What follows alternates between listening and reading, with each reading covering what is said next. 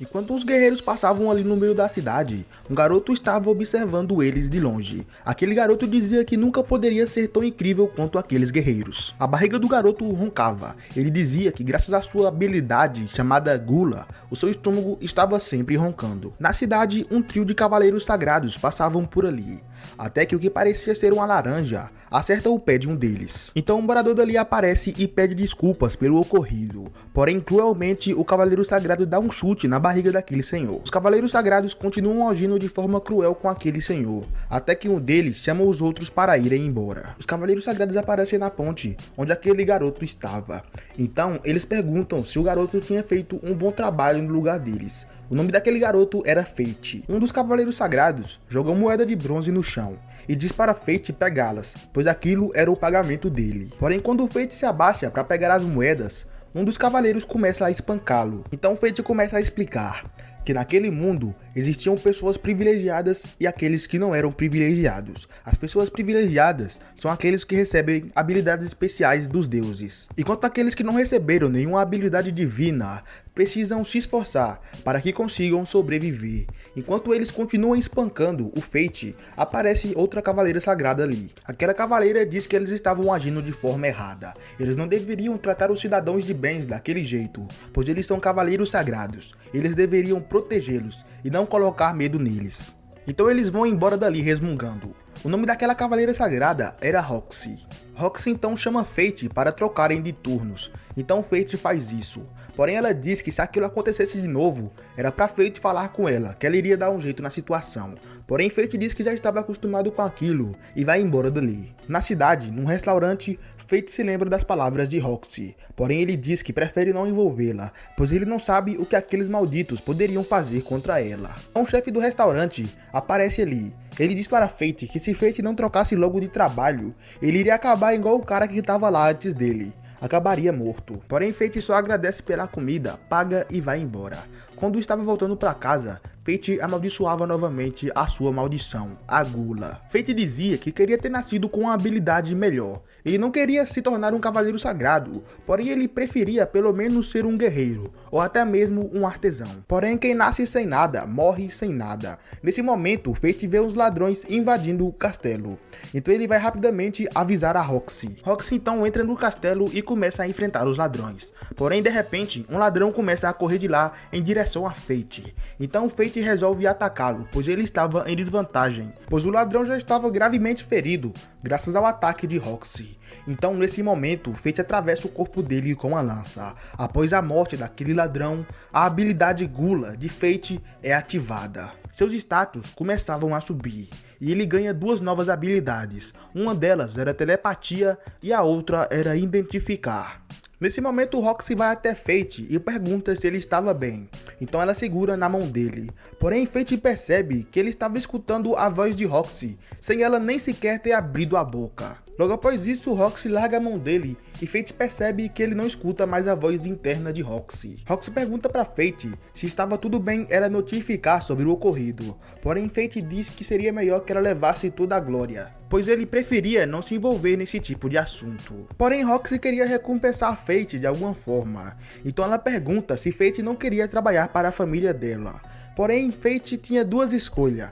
Escolher trabalhar naquele trabalho miserável onde ele era humilhado e poderia até mesmo morrer, ou ter um futuro brilhante ao lado de Roxy e sua família. Então, obviamente, ele escolhe trabalhar para Roxy. Em casa, Fate explorava mais os seus status e via que eles tinham subido de nível.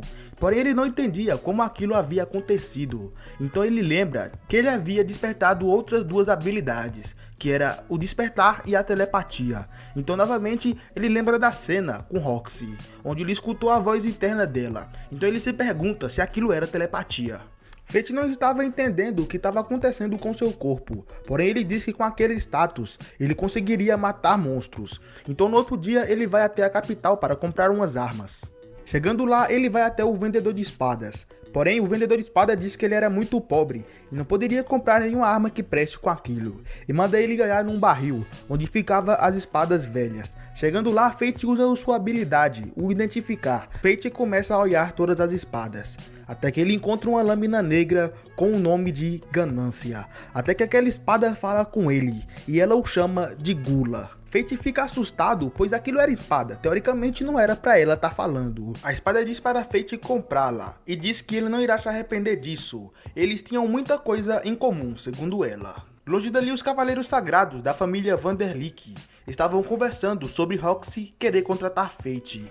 A irmã mais nova da família diz que eles não poderiam deixar ela fazer aquilo, porém o irmão mais velho diz que Fate não era nada e era facilmente substituído. Então o irmão mais velho da família, Valerick, Rafale, diz que iria estudar longe dali. Então sua irmã pergunta qual tipo de estudo deixaria ele interessado.